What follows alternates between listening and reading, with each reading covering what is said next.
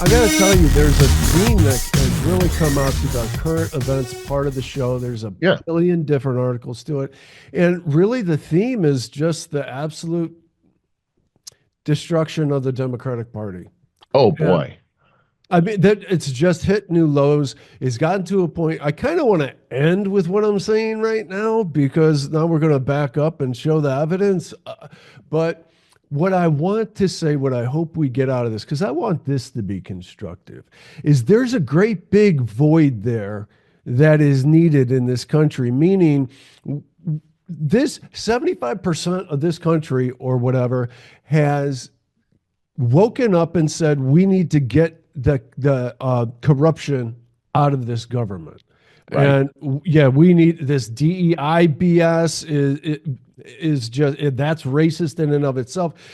Men in women's sports. I thought you guys used to be about women, believing women and protecting women. Now you want men to beat up women in sports. That, come on, man. You've gone fully, and the Democratic Party has pushed out everybody that isn't going to join in the complete insanity. So there's just a small angry nucleus left. And I'm just telling, we need an opposing party to push the other party along. Remember, the Republican Party now is just run by a group of renegade independents is what is going on. It's not the Republican Party. Thank God. Thank God is correct. Yeah, so we need now, there's a big void here with the Democratic Party where you guys should find your roots again and find some proper leadership and right the ship and get on board with this anti-corruption thing because Merle, we got Jasmine Crockett in Congress doing a racist rant at the House Oversight Committee. We'll talk in a dismantled DEI Act hearing. We'll talk about that. She's also talking about illegal immigration is not a crime. That one's oh my God, that one is priceless. Bernie Sanders, like this guy has just lost all of his grounding in his marbles. Did you see the part with his, he had a trans guy singing anti-Christian? I have a video of that. I didn't actually see it. I heard about it, but it's just par for the course. Yes. It is. It's infuriating.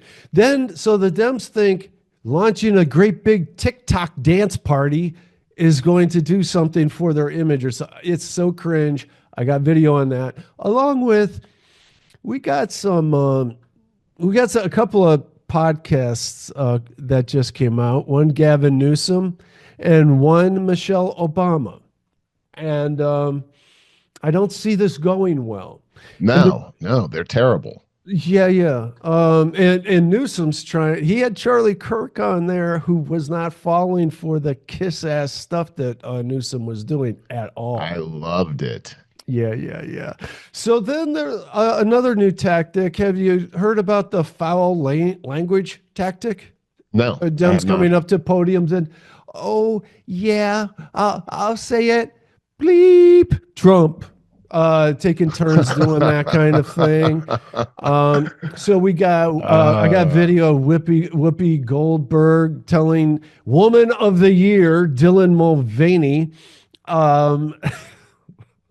about how they should be proud of women in sports that can go up against these men. I mean, if you ever want to hear just the dumbest thing being said, just go there.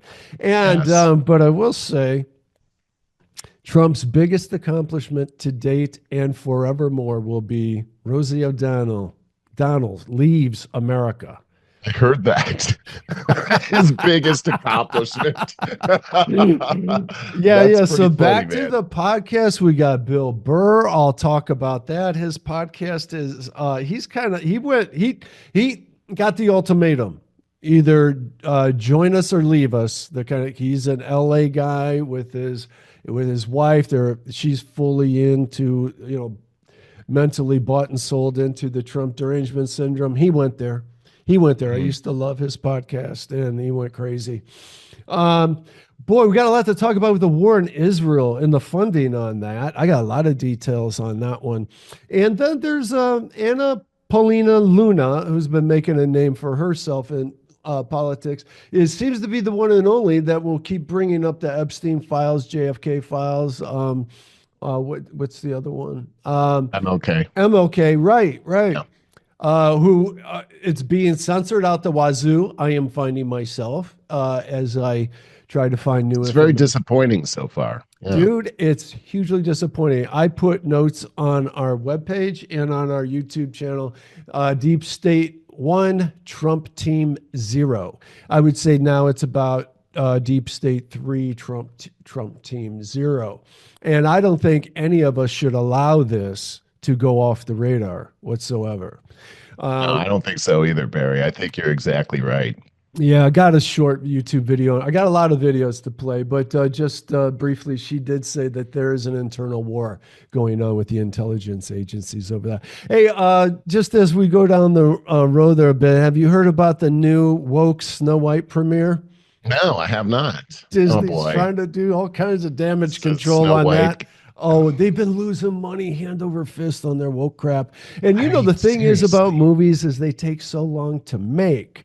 Right. They didn't see there's just then the woke was a year ago, really. And, you know, they're like pumping this stuff out. Got some good stuff on the lighter side at the end. I'm going to feature a little bit about Millie Bobbie Brown. She was the young girl in Stranger Things. I don't think you ever watched that. No, I don't even know what that is. Yeah, we'll talk about that later. Just some good news on that. Okay, all right. That sounds good. Anything that I just threw out there you want it that just pricked you want to start with, or do you want me to just start with? Jump right in there, man. All right. Well, let's go back to the top. How about Jasmine Crockett? What do you think of her? Oh my gosh! Who's electing these people? Seriously, like, are you kidding me? Like, dude, she got elected in Texas, but it is Austin. This is the thing: is the racism that's coming from people like Jasmine Crockett. It's really disgusting. You look at, I mean, she's right on the same level as Joy Reid, and it's like, how is this even acceptable? And what kind of people are going to the polls saying this is my person? And by the way, I know. And the dance video that she did a couple of weeks ago, I got some of that too. Are you kidding me? Yeah. All right, let's hear what that. It is not a criminal violation to enter the country illegally. I gotta play that again. She's the person that represents the law. Word for word. Yeah. It is not a criminal violation to enter the country illegally. It's not a criminal. It's a crime. It's not a crime, which is why they're so frustrated, because they really want our local law enforcement to go out and round up people when they could be looking out for the. Somebody voted for her. Enough people voted for her to oh my God, Merle, what were they thinking? I mean, and you just listen to this person and it's just like, it hurts my ears to listen to her, because it's like, this is the dumbest stuff I've ever heard before. Right.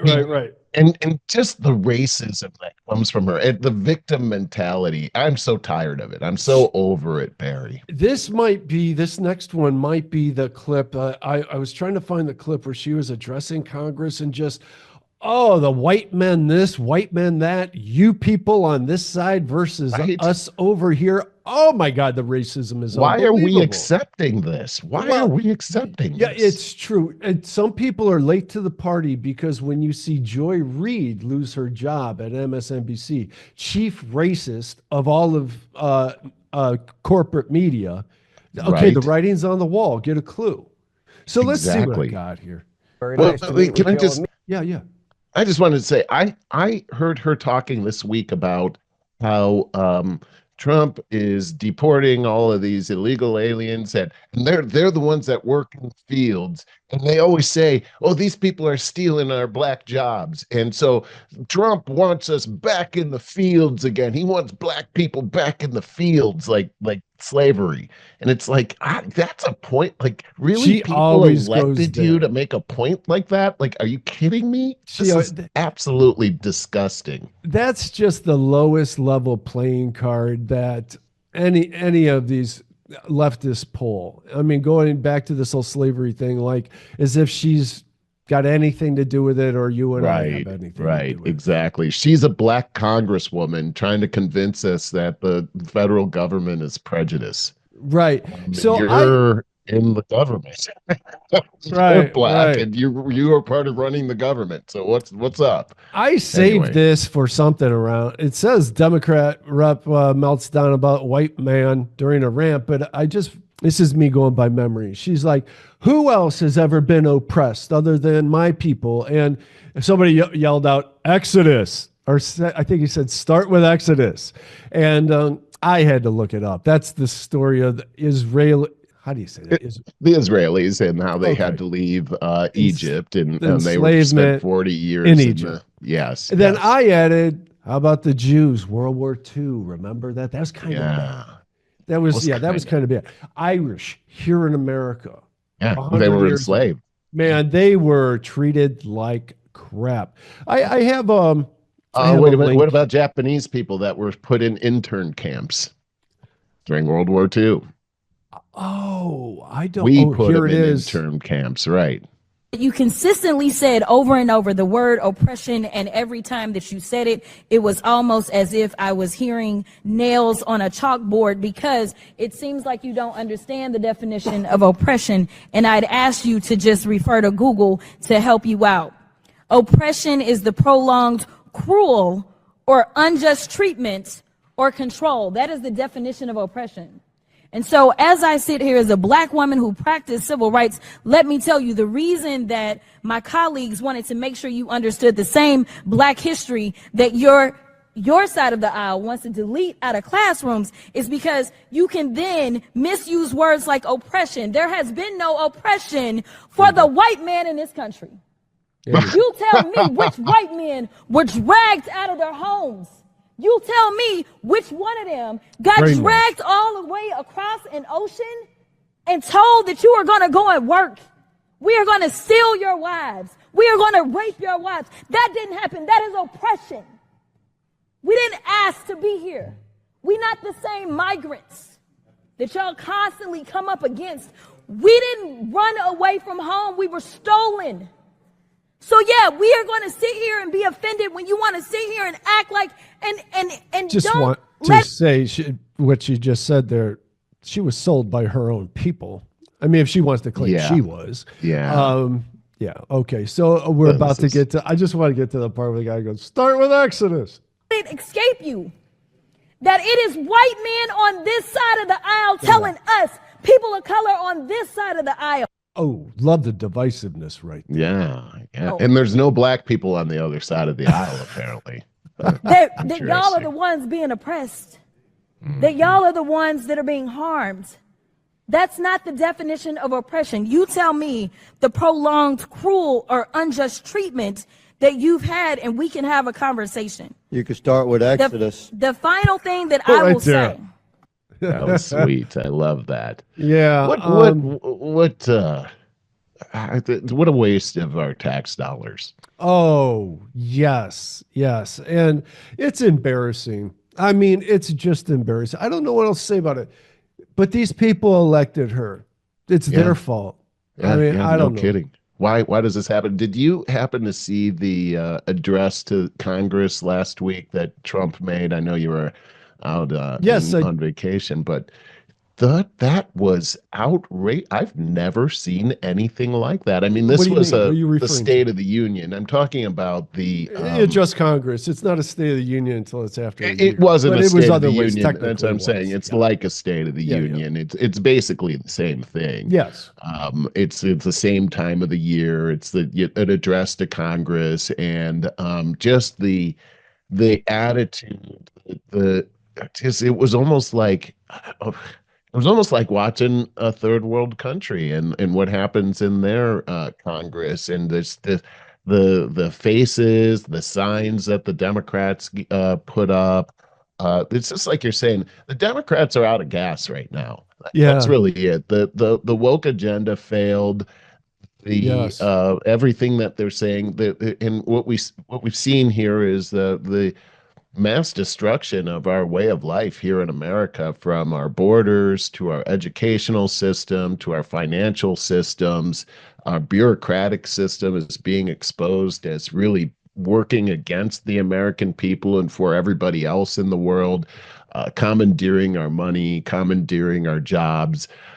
This is, and it looks like the responsibility is falling, or at least the blame is falling mainly on the Democrats right now. But the problem is that it's not just a Democrat thing that's happened here. The Republicans have been fully cooperating with the Democrats from what I can see here. And I think you made a great point is that the people that are in the White House right now, really, I mean, they're calling themselves Republicans, but they've actually commandeered the broken down Republican Party, and they're actually making some great progress as far as American progress. And I really see what's going to happen because the media is stacked against everything that's pro-American.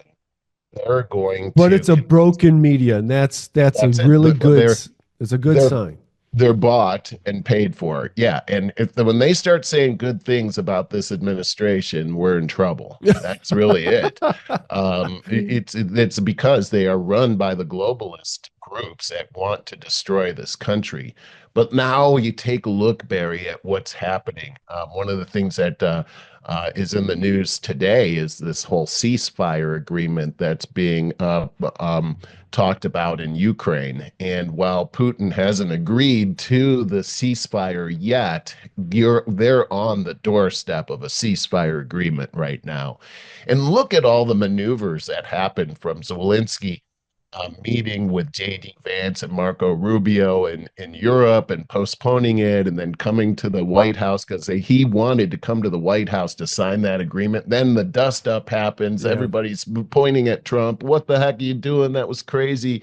And then suddenly we were on the doorstep of a peace agreement. Now that was ugly. It was. But it looks like it's working. And I don't care if it's ugly. I just want it to work right now. Same thing just happened in Canada. How about that? Same thing just happened with this the CR for the debt level here, which they were about to shut down the government today. And last night, Schumer, he caves, and they're going to sign it, and we're not going to shut down the government. It's not going to work every time.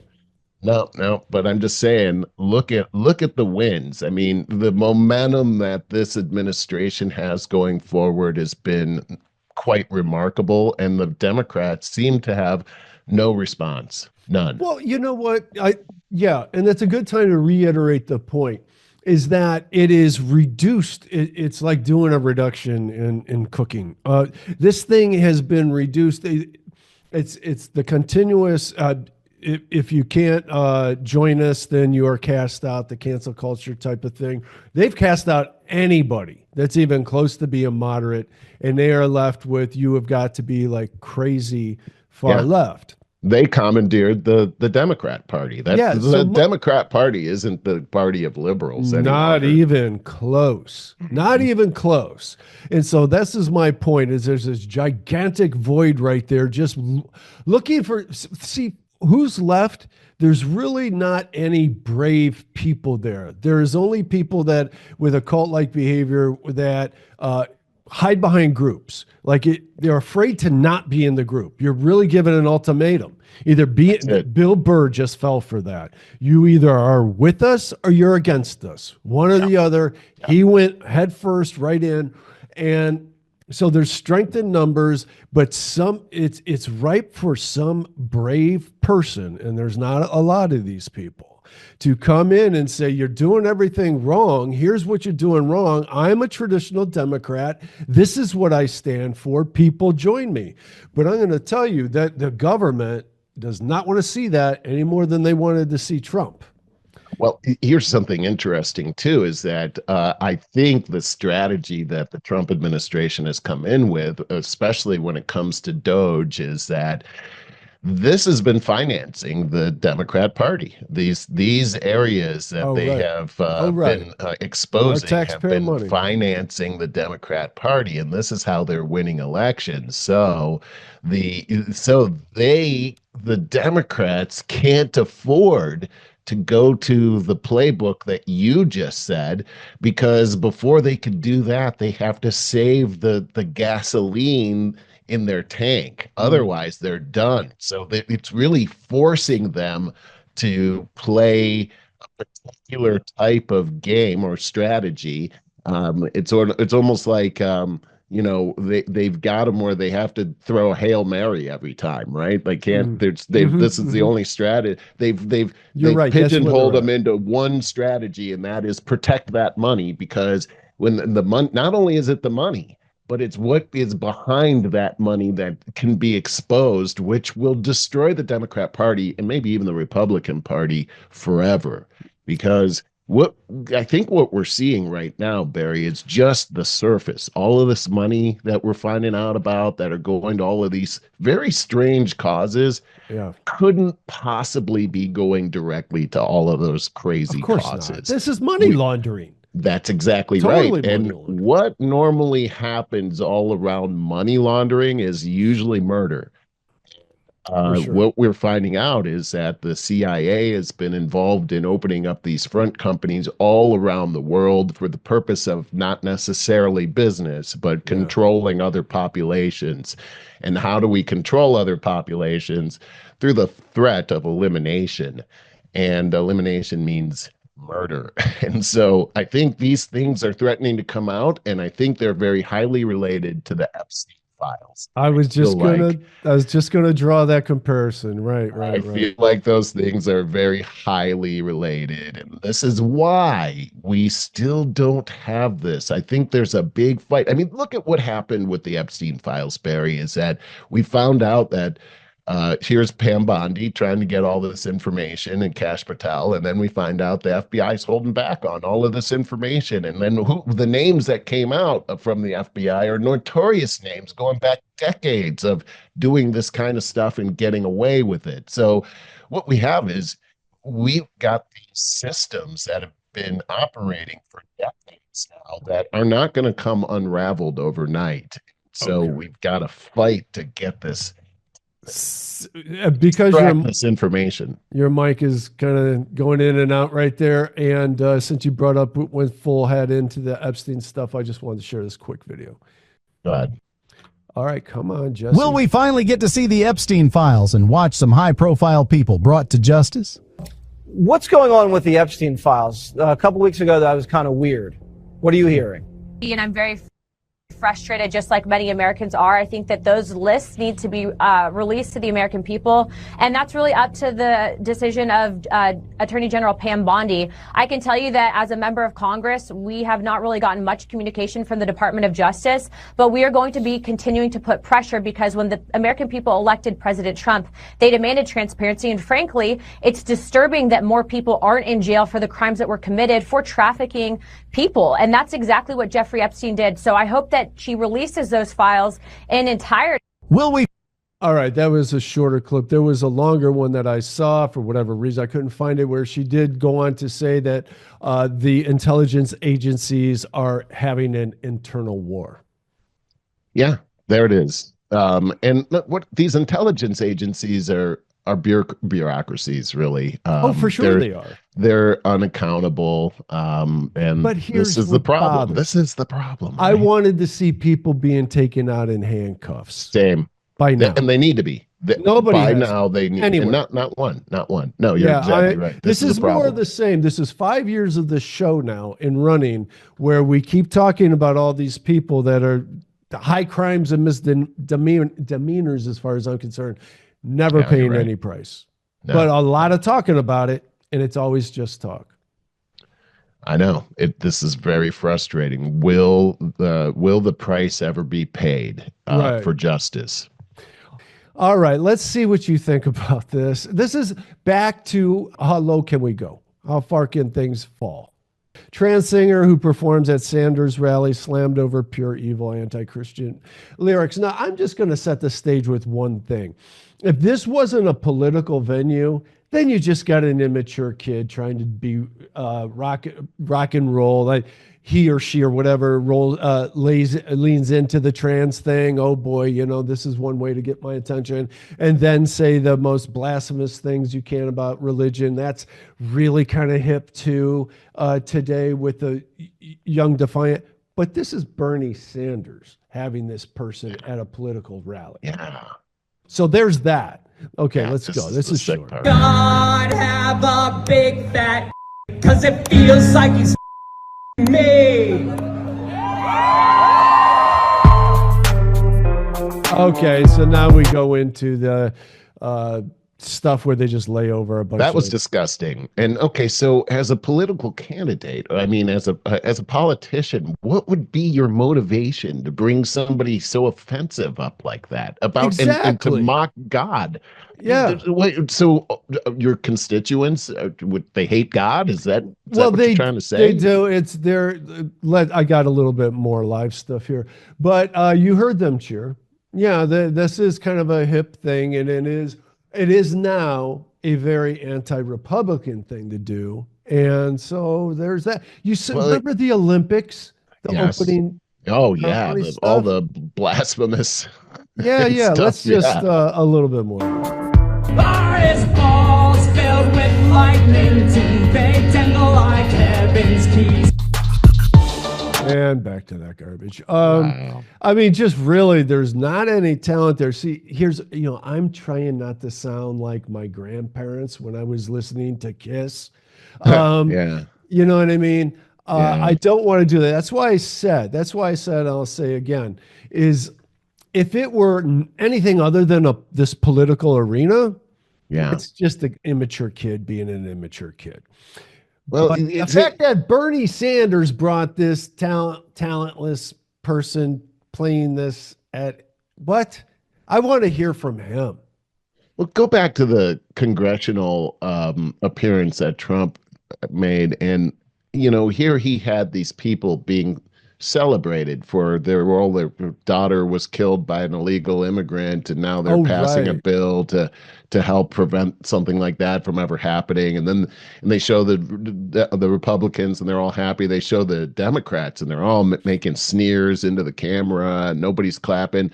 The one kid that had all kinds of brain cancer, he's an honorary agent now, none of them clap for that kid, and it's just like all these good things that they can't even clap for because it was Trump. But then okay, really, you can't clap for goodness because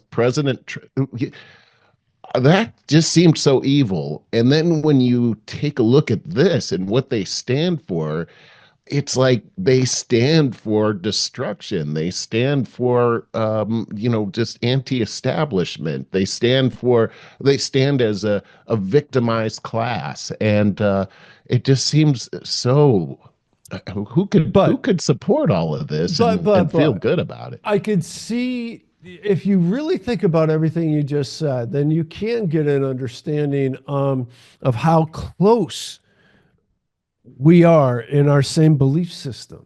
Now you're like, what the hell? Well, our government is so broken. Healthcare is so freaking broken gosh. I could see being totally anarchist. I mean, the popularity of Trump and the movement, isn't that anarchist? To bring this whole team in and say, we're tearing you all down. But you know what? It's not. If you say, that's not our government. That's not the United States of America. These are a bunch of corrupt bureaucrats. That's what it is. That is exactly right. Can you see their point of view, though, where they're like, they want total anarchy because I do. Everything's broken.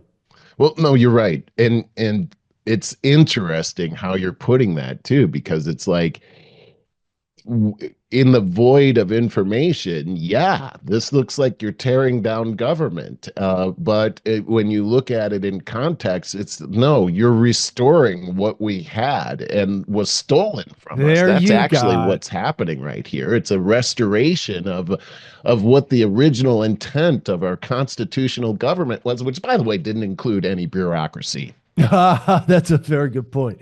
Now, where things got twisted and what you were just describing is, this is so purposeful. Trump hate, that addictive hate.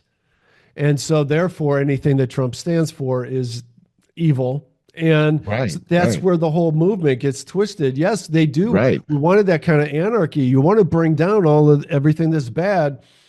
But then when Trump is the symbol of everything that's bad, things get very confusing. I'm going to go all the way to the That's end so of the true. podcast for a second, because we're going to talk about the podcasts that have been coming out, Gavin Newsom and Michelle Obama, the lack of podcasts that Kamala Harris couldn't do one because she couldn't stand up for herself.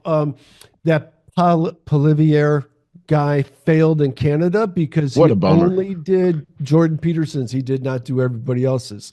The Is that power of right? podcasting. But the point is, with this Democrat movement where it is now, with how far it's fallen, they cannot go on a 3-hour podcast and be authentic. They No. cannot. They can only survive in group settings that we talked about a little bit ago, and in short sound bites on That's mainstream right. media.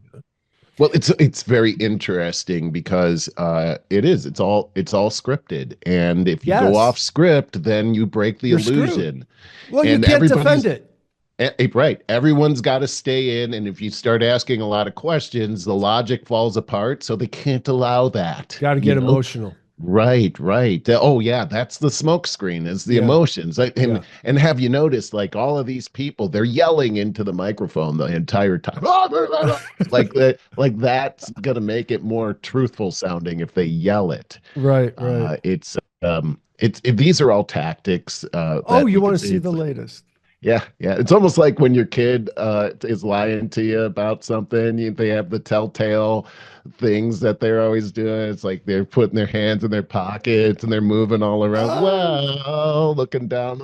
These are the tells from the politicians. That's when so they're funny. yelling all the time. Yeah. Will Arnett, I just started listening to the Smartless podcast.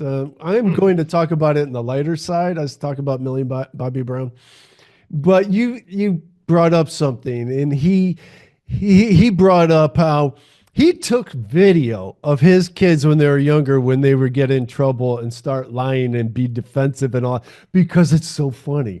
And he goes, you try so hard to not laugh because you see through all the defenses. And he said this part, he goes, this is the funniest damn thing ever. He goes, and then my one kid starts going, and you're just the worst. Well, you're not the worst, but you're kind of bad. And it goes on like that. It was so funny. And as someone that's not had kids, but always appreciates the stories, and I love that. It is so funny. And to go through all that, I would find that so challenging. I'm glad I haven't had to do it. But for those of you that have, God bless you. So on to the next share, because now this goes right along with all the childish stuff we're talking about. Is advising the DNC I guess no. party. No, this does not resonate. We look at this is as Riley Gaines. Cringy. That's the new word, right? This is cringy. This is out of touch. And that's what the Democrats have proven themselves to be time and time and time again, is totally out of touch with reality. They don't know how to communicate with common sense, everyday American. I don't like that bashing. I'm trying to get to these dance. Oh, here we are. We are here. Sense, everyday Americans. That's been made very clear on their Choose your stance with fighter. issues such as allowing. All right. So those of you that are watching this, What am I seeing here? You haven't seen this. This is No. great. Okay. So there's a lot of videos going around. The Dems decided to do this choose your fighter thing like it's a video game. And so they take turns doing their fight pose. And then they were doing dances and stuff. Dude, they're gone crazy. It's hit a real, I'm telling you, they're hitting bottom. This is my point. Kind of what I wanted to just say there too. I like Riley Gaines so much. Young woman is so well spoken, and she is the one that stood What up for women in this. Courageous heart. Absolutely, she's amazing. Yeah. But she's on Fox News. Like, wow, they picked her up. Cool, I guess, for her. But what I hate about Fox News is the endless bashing and trying not. I don't like that either. Like this is why I prefaced this whole segment of the show, trying not to just do that, what I hope that what we're illustrating is hitting rock bottom, and the big giant void that they have that needs and should be filled by some common sense people to come in. So this is how bad it's gotten. So these are their fight poses. And if you want to make some comments, because most people are listening, not watching. Men into women's sports. Governor Walz putting tampons in boys' bathrooms, boys as young as, fourth grade, referring to Latino individuals as Latinx, totally out of touch. And of course, this skit falls on. There's your girl. I don't even know what to. That's the same. She's wearing that same outfit she had with her dance video on. So that must be the same day. I just saw that dance video too. I don't think I have it up here. Oh, that was so stupid. Yes, it's so stupid. So, Emily, I'm watching these women dance, and I think I'm being kind by saying dance. I can't even describe this. This is so weird. It's so weird. These are politicians. Like what? They're TikTok influencers. They're not politicians any longer. They were doing another where they were dancing. They were taking turns dancing. TikTok videos. So they just decided not to do their jobs anymore and do this, I guess, because they're now celebrities. They're not actually. Yeah.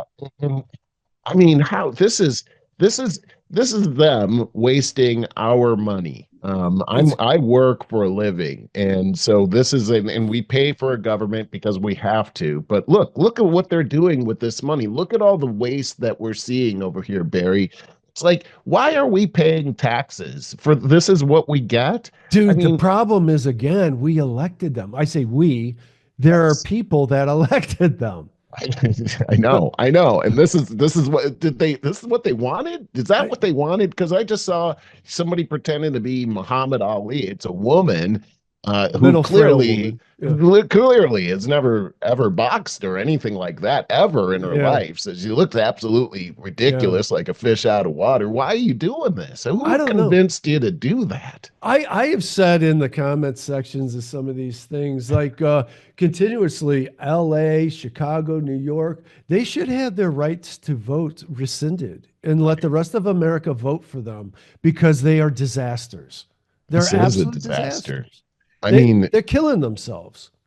Really, let's really just go on. This is the reason why so many cockamamie ideas. They're not even thinking. They're not using their brains at all. Not at all. I think these are not good moves. And I just wonder how President Trump can get on a stage and do this like mechanical dance move, and it goes viral, and it really captures the attention. But this just kind of falls flat. Actually, you guys, I loved this. I think you loved it. Yep, listen to this. This is good. This is Emily Campagno, who I really do like, but she says something nice here. I know. It's because, look, I applaud anyone for trying. And I actually thought this was really cute, and I feel like I see, and they're really getting into it, and good for them. But here's the thing: is it effective? No. And the whole point is, when you play, cute or clever, as Michigan State Senator McCowan said, it doesn't resonate. So. Look, I don't want to knock them for trying to getting out there, because it's hard for people to do that and to be physical and whatever. But the whole point is, if you are totally out of tune with not just messaging, but the entire value system of the 75 plus million Americans that voted, for a certain, they are so out of touch in so many different value areas. So this is out here. It's completely separate. It's ineffective. But the video itself, guys, I give them an A for effort. You know what? You are way too. You gotta love her for that. You gave it an A for effort. Okay. Yeah. This leads right into the next. You're gonna love. Kind named Brian Comey. But before I go to Governor Gavin Newsom, who sounds very, very different than he usually does. Oh God, this is good. A lot of folks were talking about that Carville article where he talked about roll over and play dead. Roll over, but in essence, he said that. I think it was a strategic. I want to bring something up here. You can see, if you've ever watched Charlie Kirk at all, it. He doesn't fall for any of this. No, he doesn't. No, let's play. Yeah. Retreat. I'm thinking about, we're going to stand back and watch you run circles around us for 6 months. Struck me as not necessarily the best advice. Yeah, I hope you guys retreat. You kind of like the more advice. for us. You like I the mean, advice. there's no opposition. There's no activist spark. You guys are posting these cringe videos on social media. What are the videos? What are the ones? I don't know. most This cringy? like harmonious thing of like 22 senators all saying the same Oh, you thing. didn't like that, yeah. I didn't like it. What Go ahead. Go do more of that. What do you do? Please. What do you do? Seriously, Charlie Kirk, give us some advice. Get better ideas, Governor. That's it right there. Get better ideas. That's true. And I thought what was in there, and it wasn't, was at the very beginning, Newsom's buttering him up with how much his son loves him. And he said, so he kept wanting to not go to school because he wanted to see this so bad. He loves you so much. This is Gavin Newsom, of course. So he's saying this. Kirk never batted an eye. He said, well, you shut it down for 2 years. You shut schools down for 2 years. What's one more day?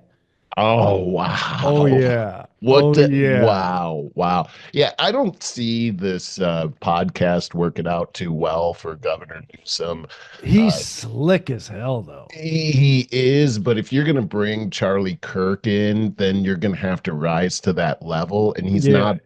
Newsom's not at that level. No. I think it goes back to what you were saying before, is that these guys can't afford to do podcasts because they're going to have to do the long form of justification. You can only fake it for sound bites, short periods of time. That's exactly right. Mainstream media. You bring a Charlie Kirk in, which is a great idea. I think it's a great idea for in theory, for Democrats and Republicans to be able to talk. I think it's good for the general public to be able to see that. But if you're really not being genuine about your positions, that's going to get exposed, and that's why they can't afford to do it. And when I look at California in general, no, Newsom can't afford this. He's got too much to hide, way too much to hide. Look at what's going on over there right now. Talk about that for a minute. We've got a bill that's coming out right now that's you said we. When I say we, because I feel vested in this because I've got family in California. And you lived there for 10 plus years. California lawmakers have proposed a bill that would make it harder for residents to legally defend themselves. What's happening here is it's an Assembly Bill 1333. It seeks to amend Section 197 of the California Penal Code, which outlines when one can commit homicide in self-defense.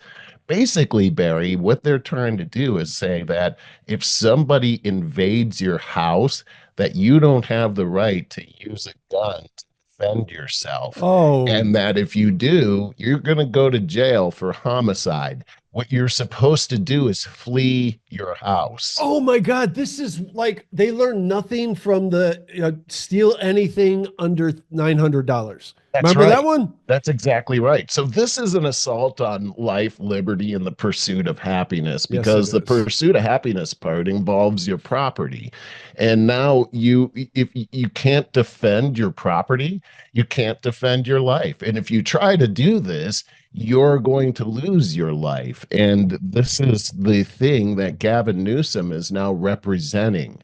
And how are you going to have a podcast where you got a Charlie Kirk coming in and try to defend this? It's not going to be good. It's going to be ugly, and you're going to lose. And so and on top of that, take a look at everything that's happening in Los Angeles with the fallout from this fire. And really, I place 90% of the blame on Newsom.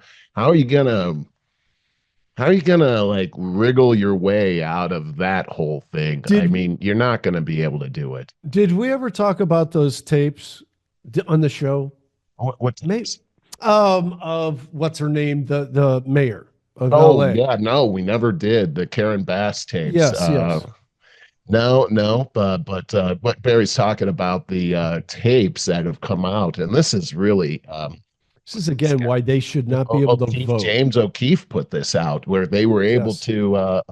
They got this recording of Karen talking into the mic about just before she left for Africa, was a phone before call. The fire started. Yeah, and she's telling somebody that I'm leaving, and some things that are going to happen that I can't really explain right now. Hopefully you could read between the lines. When I come back, I believe it'll be clear to you. And it was all cryptic, but it sounded like, and the fact that Joe Biden had asked her to go to Africa.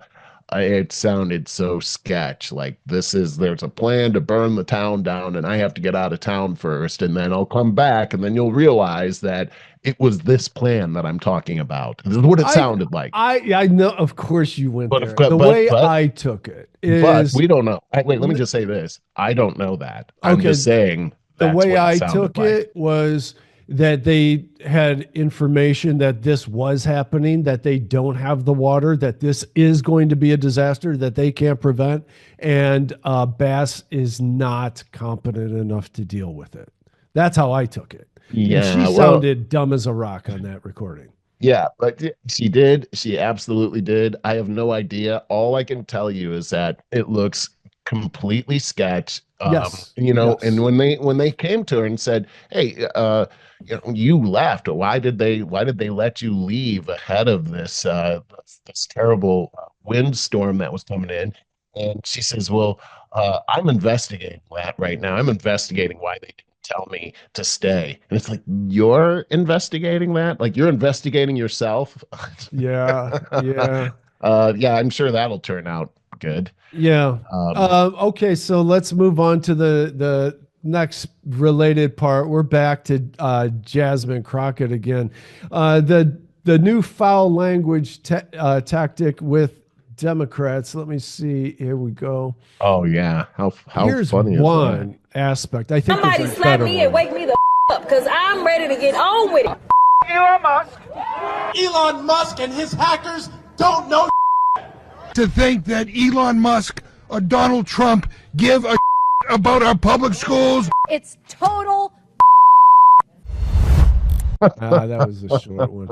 Yeah, there was another one that I was actually looking for. Lisa was telling me about, where they're kind of taking turns going up to the podium, like people in the audience, and going up and, yes, I'm not used to saying things like this, but bleep Trump. I mean, that's like, gonna work out great.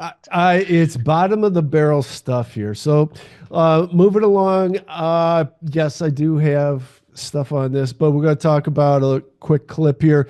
Whoopie Goldberg, who's always great for some really intellectual gems out there. And Woman of the Year, Dylan Mulvaney, who is a biological man still, gets Woman of the Year. This is the kind of stuff. What happened to you guys having women having their backs? Right. I mean, that's how things got so far gone. All right, so let's hear this one. You say, oh, these men, these are men, competing against women. You're assuming that the women are weak and just can't do anything except be here. Have you seen female athletes? They know what they're doing. Mm-hmm. So I'm not sure what's going on or why this is an issue. So that I've heard everybody talk about Dylan Mulvaney's face right there, does not know how to react to that stupidity. I saw that too. Well, how could he react? I mean, because he doesn't know. Have you seen? They know what they're doing. Well, how would he know? He's a guy. Yeah, well, I mean, the bottom line on this is, if you're trying to defend, okay, what she's trying to do is get a big clap for women are so great that, yes, they can compete against these men in sports because women are so great. We saw what happened in the Olympics with the boxing. Yeah, it doesn't work that way. Right. The men's shoulders are bigger. Man. Yeah. The leverage a man has with the broader shoulders to be able to throw a punch. It's endless. It's endless. You're not going to be able to compete with that. That's so absolutely ridiculous. There's the picture of that dude that Riley Gaines lost, and she tied him. Though, let's make that clear. And then they gave it to him. Yes. Which is they're on the podiums taking their medals, and he's 6'5", and these other two. Oh, how could that dude live with himself? I asked. I don't know. That's the thing. How? Yeah. I asked. You're Chet, proud of that? Why has no journalist ever interviewed his parents?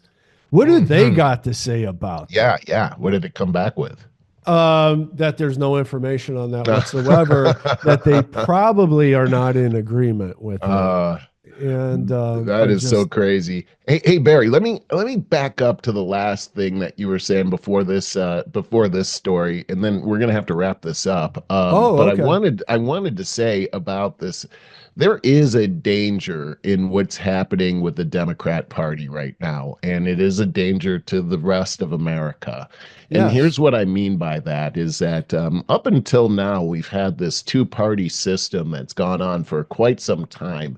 And one of the very biggest benefits of having at least two parties is that they compete with each other. So therefore therefore you don't have absolute power in one party. Right. But as one party becomes super weak, the other party becomes dominant, and then you do have absolute power. And when absolute power happens, the fruit of absolute power is corruption. Yep. And this is what I'm talking about, is that you were calling for this during the whole show, is that there has to be a way to fill the void.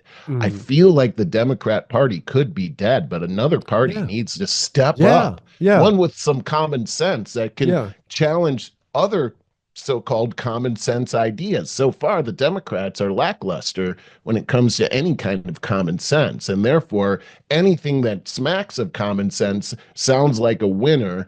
And in the void of common sense, that's a problem. And so we really need to, it's important that we have at least another party that's represented here. I personally, and if we don't do that, then we should wipe out the party system altogether and make it so that we're just Americans. That's really what I would prefer. It's not a bad idea at all. But the sad fact is the Democratic Party, as it exists right now, represents the total opposite of what they ever were supposed to stand for. And what George Washington warned us about is that if you implement the party system, then it will only be about the party and not about the country. And what we have seen is that exact evidence from the Democrat Party. It's all about the party. It's not about the country. And this is dangerous for all of us. Okay. And I'm sorry, do you have to go now? I'm going to have to, let's wrap it up with your story here. Yeah. Okay. I'm just going to mention, I wanted to talk about Israel a lot because this is where the money in politics still is a problem, and Trump has to pay his debts to his campaign funders. And so another $4 billion goes out to Israel. And I just think we all wish that kind of stuff would stop. I wanted to talk about the podcast. Bill Burr, his podcast went to crap because he had to go all leftist. But what on the positive, okay, of course, there's the woke Snow White that Disney's trying to walk back after investing $360 million into that. Wow. That's so Is Snow White black? Some kind of mixed. But the star of it has been going around saying woke stuff. They can't shut her up. It's become a huge problem. I did want to end up on this nice note and just talk about how I started listening to, all the heavy podcasts I listen to. And since Bill Burr doesn't fill that void for entertainment anymore, I do like Tim Dillon's podcast, though. I tried that. I finally listened to the Smartless podcast, which is Jason Bateman, who everybody loves so much, and Will Arnett and Sean somebody, token gay guy. But it's funny. I thought it would be a little cringe with three guys trying to be funny and all that. They don't step on each other. It's good. Well, they just had Millie Bobbie Brown on, who came to stardom as the 11-year-old star of the show Stranger Things. I think it's on Netflix. And she just got huge. And she's been controversial because she all of a sudden turned 20 and she's wearing all this makeup and looking like the hot Hollywood actress, all of a sudden 40-year-old. I mean, she looks like a 40-year-old or something. And she just defends herself. Here's a headline that they quoted her. She hits back at tabloids saying she looks 40. She is quoted as saying, "You did meet me when I was 10 on Stranger Things. My face grew. What am I supposed to do about that?" And so she married John Bon Jovi's son, recently, and they have this big farm in Georgia, and they rescue all these dogs, and they have horses, they have all these other animals. Anyways, what I got out of that I wanted to share is what a sweet person, and she's really grounded. I encourage you to take in that podcast. You will have no ill feelings towards her whatsoever for growing up on us. Right on. She's just terrific, and I just wish her the best. Right on, Barry. Yeah. I love that. All right. With that, both have a lot to do there. I know it was kind of a different episode where we skipped around on a lot of different stuff, but it did have a common theme. And I think that you surmised it very well there a minute ago. Right on, Barry. A big day here today with the funeral for Nora going on, but this was a good show, Barry. Yeah, thank you very much for bringing all you do, Merle. Stay tuned for Mark, his AI tips, and catch us at over50startingover.com. Leave comments for us. We want to know what you think about these things. We will answer them on the show. It's easiest to leave comments at our YouTube channel, which is Over 50 Starting Over. But sign up at Apple Podcasts, Google Podcasts, and Spotify. You get both audio and video. We'll see you next week. Hello there, Over 50 Starting Over friends. Mark Tennant back with you with your AI tip of the week.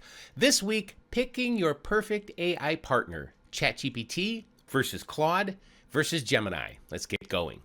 Over the last, many weeks, we've been using ChatGPT and AI in general, but there are more options than just ChatGPT. There is Claude from a company called Anthropic, and Google's ChatGPT, if you will, is called Gemini, and you may have heard of Gemini. There are more, but these are just the three we're going to cover in this week's tip. What are the best AI tools for you right now? So we're going to ask all three. So I performed a cross-evaluation of all three platforms, and I used, as we say, ChatGPT, Gemini, and Claude. I used the same prompt on all three of them, and the criteria in this prompt was evaluating all three models: ease of use, best capabilities, where they fall short, and their strengths. So I came up with this prompt, which we're not going to read, but essentially I'll recap it for you. The role we gave the AI is a chief marketing officer, very famous, very good, well known for working with brands, who has a new customer, a new client that's evaluating AI solutions, these three. And of course, we asked it the best capabilities, where they fall short, its strengths, and ease of use. And the audience we're working with are over 50 folks that are still working. I ran that prompt through all three platforms. So let's see what the results are. On Claude, all platforms agreed that Claude has strong analytical capabilities, and I can attest to that. I actually use Claude quite a bit. It handles complex long-form content and detailed analysis very well. Again, I can attest to that. It really does analysis very, very well. It has a very professional communication style. It writes really well. I think actually better than ChatGPT. However, there's no image generation. It can't make images, and it doesn't have real-time internet search or capabilities to access the internet, which the other two platforms do. But it does have a feature called Projects, which I use, and essentially it's a place where you can keep different projects, essentially online folders. If you want to know more about it, it's called Projects from Claude. On ChatGPT, it's user-friendly. People know it. It's recognized for its versatility. It's very creative. I will say this, ChatGPT is very, very creative. Strong integration possibilities, meaning people that already have existing software, they can integrate ChatGPT and its AI capabilities within their own software. However, it does make things up occasionally, but it's getting better all the time.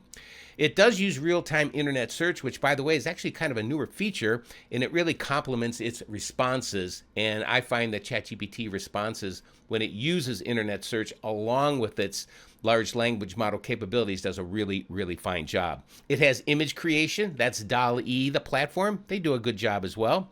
And then you're able to make these things called custom GPTs, which essentially, I can do a whole show on these, but they're your own projects, your own AI tools you can develop using absolutely no code, and just you tell the AI what you want it to do. On Gemini, I do use it all the time, but what I really like about it, Google Workspace integration is a key advantage because I use Google Workspace.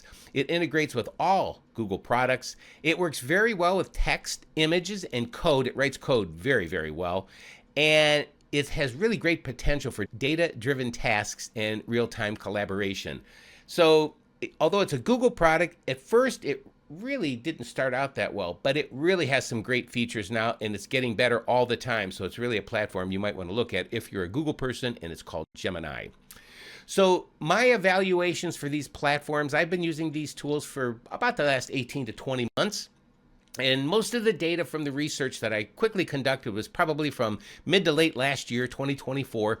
AI changes every day, so let's just take this as a baseline for our research and your knowledge.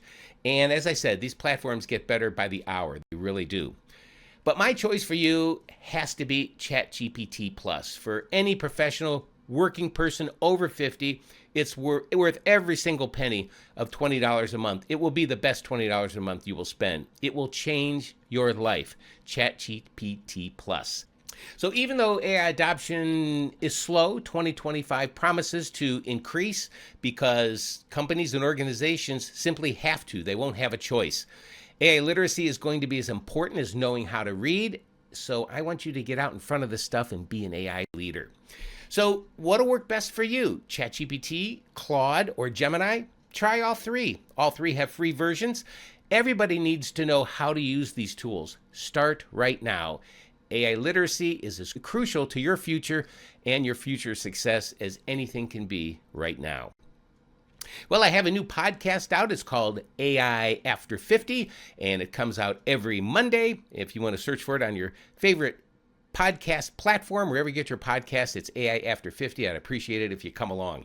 Until next time, have those conversations with ChatGPT. Figure out what platform works best for you. Always keep learning and always keep using AI. Take care.